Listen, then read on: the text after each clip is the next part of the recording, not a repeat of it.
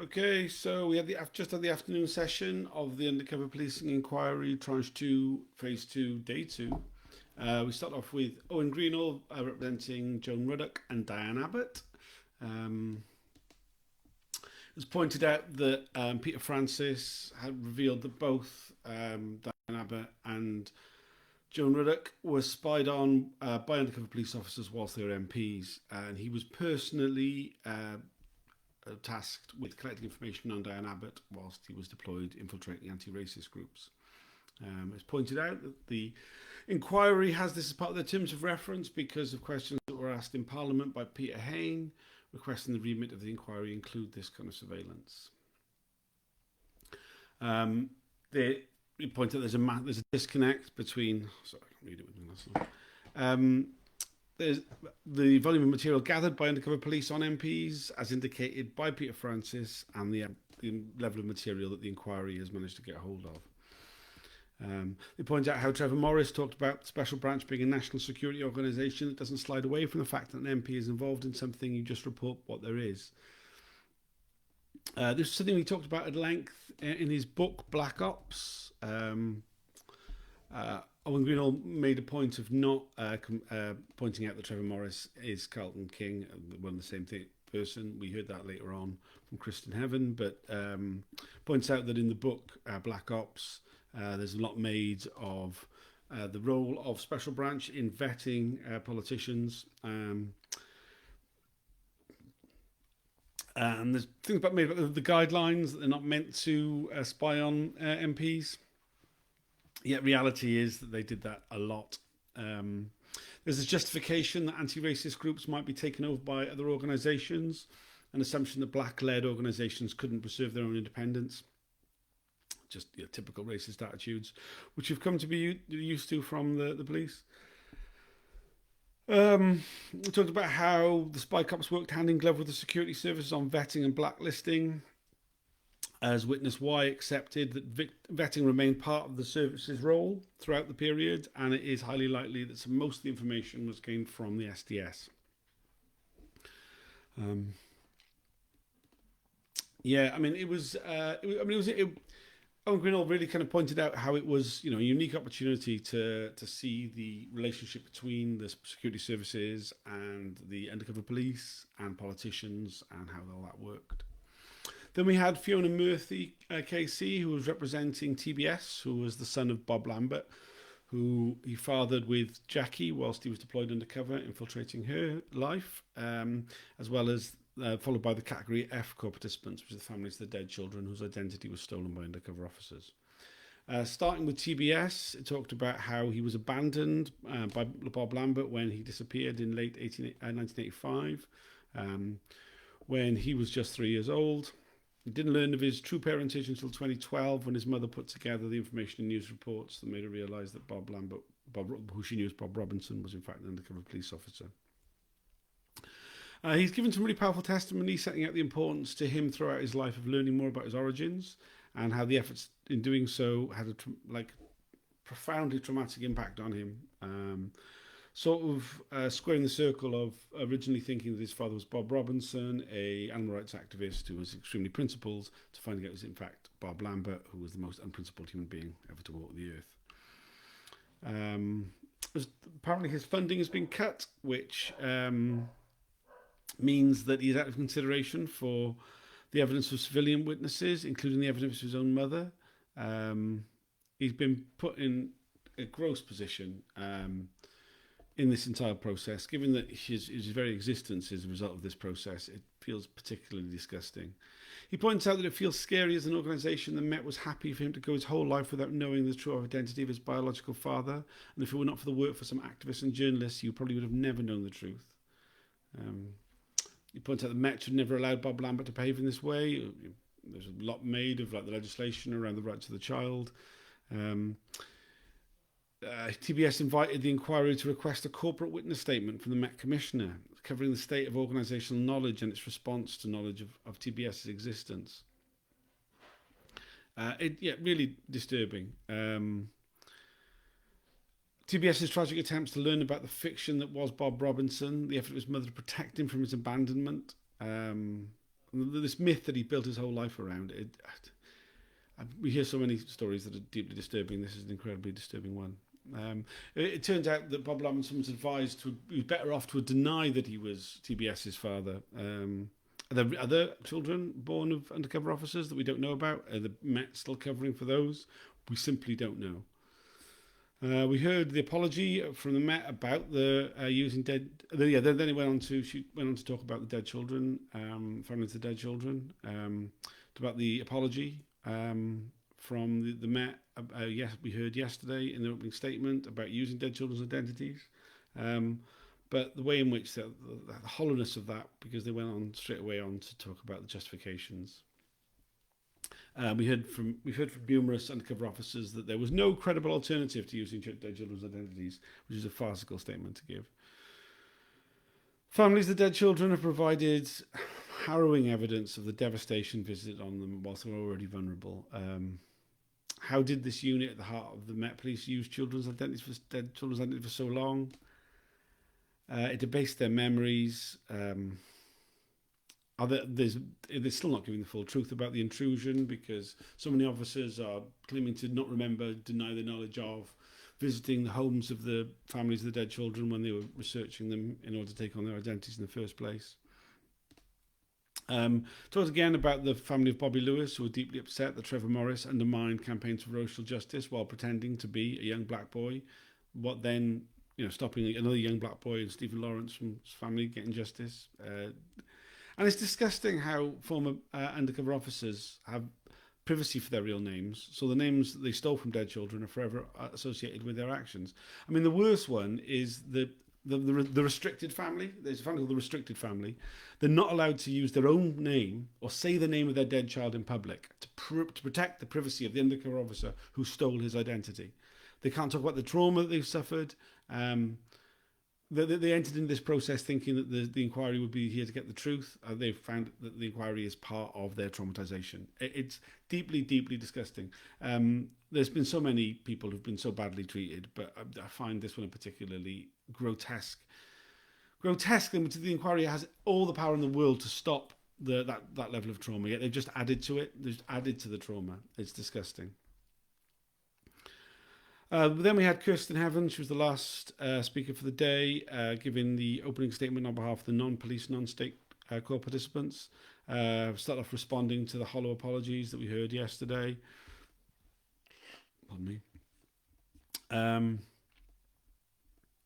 It's really just pointing out how hollow they were, and how they still continue to attempt to justify the principle of the infiltration, if not the actual reality of it.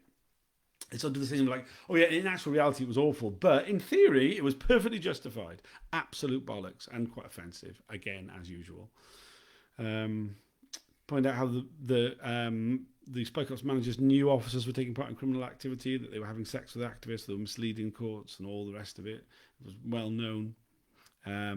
So many former officers claimed that it was essential for them to commit crimes, sexually abuse women and the other abhorrent activity in order for them to do their jobs. Just showing really how none of it could ever be justified.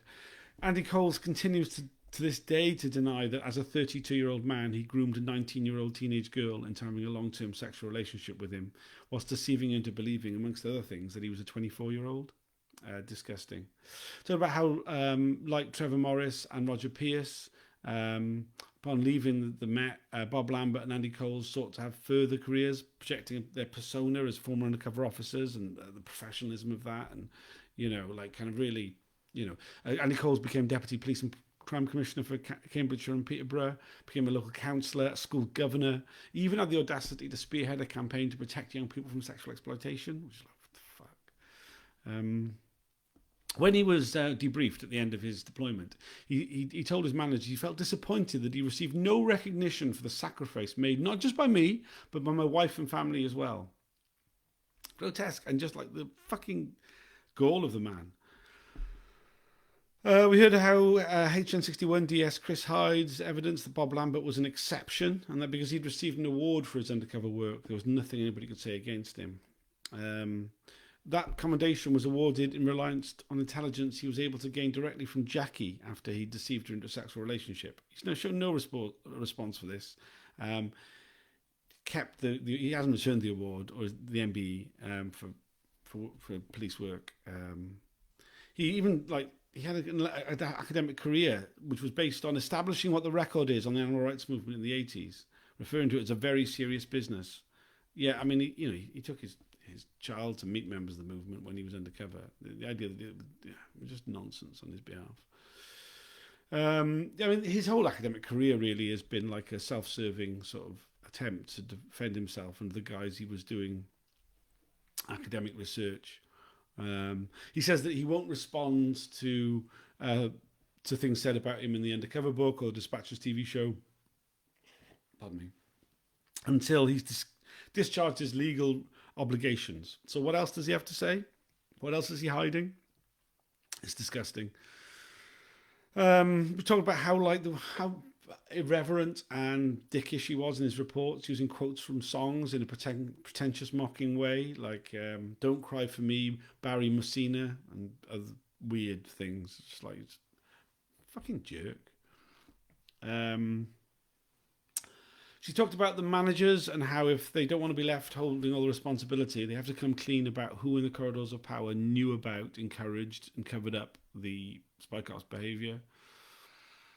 We had that quote again about John Dines being a gong hunter who was trying to be even better than Bob Lambert. We had a lot of quotes from John Dines, which just reminds everybody what a horrible piece of shit he is. Talking about the development of his legend as using kids who are dead and all that stuff, and complaining about his deployment involving going into some blinking Aboriginal rights group to build his cover. He received a commendation as well for displaying great initiative, courage, and tenacity in what was described as circumstances of potential risk to himself. It's bullshit, if there ever was any. Managers were clearly aware that of his wrongdoing while he was deployed, because they knew there's a risk of a civil claim against the Met if his identity was revealed. Dines was always intended to target Helen Steele and get the closest to her as he could. Another bunch of his quotes were about his crass way of describing his removal plan, which involved feigning mental instability, which he described as, I don't know, I disappeared one day when some moody, depressive, psychotic sort of story. Don't expect me to see me again. Something, I'm out of here. I'm just fucking child. His deep-seated misogyny and lack of respect for women went beyond women that he targeted as an undercover officer. When asked about the impact of his work on his family life, he stated, well, it was only my wife. She knew I was a pain in the arse. She didn't have much else. He got a reference from Roger Pierce when he went on to apply a senior lawyer working on police corruption, saying, which Roger Pierce provided, saying that he had integrity, stability, and loyalty. Which is a fucking joke. Anyway, all about Andy Coles, how he called Jessica obsessed. Called her a 19-year-old with father issues and severe psychological problems. Is that why you targeted her then, you rapist? In response to a witness who recounted how Coles lunged at her and tried to kiss her, then chased her around the flat, he just responded to talking about her dirty black feet that she rarely washed. I mean, this man is a piece of shit. I mean, they really all are. When he was in a relationship with Jessica, he admits that was the time when he was trying for a family with his then wife. Talked about how the managers might feel like they're going to betray their former officers, but just pointed out that that they're going to be held responsible. Plenty of the officers are blaming the managers, so the managers are better off not having any loyalty to them. Bob Lambert particularly blames them all over the place. HM 109, I didn't realise this. His restriction order application was because he was concerned that Bob Lambert and John Dines could hurt him, and that they would cause him and his family problems. So he's actually hiding from them, not us, which is, I didn't realise that. Eric Docker describes the visits by senior officials to the safe house as an insurance policy, so senior officers couldn't say they didn't know about the Special Demonstration Squad. This may be the time to call in that insurance policy and explain everything they did know. Then Chris Neville went on the whole thing about Carlton King and about how Trevor Morris is Carlton King. She presented a bunch of information on screen, which clearly made Mitting quite uncomfortable. It was, I don't know whether there was this was on purpose, but we saw while she was talking about that, we actually saw Mitting's face, and we saw how incredibly uncomfortable he looked with it being discussed. And she said about how Trevor Morris's Carlton King material was not disclosed by the inquiry. When the connection was made between Morris and King, we were told there was a restriction order in place.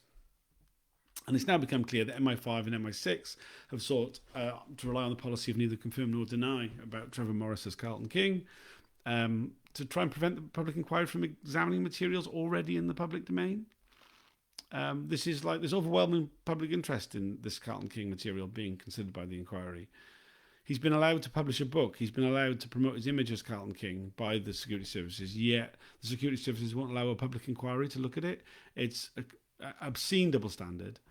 He's got a really long track record of trade upon his glamorise his undercover policing career under the Carlton King pseudonym, and he relishes it. He's like appeared on loads of podcasts, TV, also all over the place. In fact, when B and Jenny were giving evidence to the inquiry about the sexual relationships he deceived them into and raped them both, he uploaded an episode of his podcast called Porno, How Harmful Is It? I mean, just part one, though. He did several parts of that.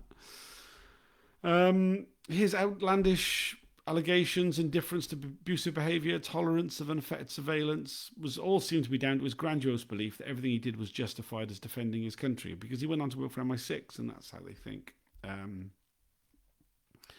Ming responded saying that on the Carlton King stuff, saying that the Home Office wasn't involved. It was just the intelligence community that told him he had to debase himself like that. That was kind of it. Again, as we get to the end of the long day, I don't take as many notes as I do at the start. Apologies for that. This is much shorter than the previous video, thank God, because that one was half an hour long. This is half the length. Just a comment there from Kate Evans. What they cut is funding. Yes, quite a lot of people's funding has been reduced, not cut entirely, but reduced significantly. It significantly affects the ability of many people to take part in the inquiry. This has also happened to Helen Steele. The cost-cutting exercise that the inquiry is taking part in, as ever, is falling unequally on the core participants who were affected by the deployments, whilst those who perpetrated them are kept safe. It's disgusting, and it's not to be expected. It's not unexpected, basically. That's it now. At 7 o'clock, I'll be doing a Twitter Spaces. If you've been following the proceedings today, please do join in. Please tell us what you thought of what was said. There should be some other people there. Yesterday's one, I had Kate Wilson, Jessica. We had someone from the Campaign Opposing Police Surveillance, Paul Gravett, Belinda Harvey, all speaking about what happened yesterday. Tune in for that. There's no more hearings now until next Monday when they're in person, which is good because it means I'll eat a bit better, because I'm not just sat here eating biscuits whilst the inquiry goes on at home. Next Monday it starts at 2 p.m. in the afternoon, so I'll see if you please join me on the Twitter Spaces, otherwise I'll see you then. Cheers.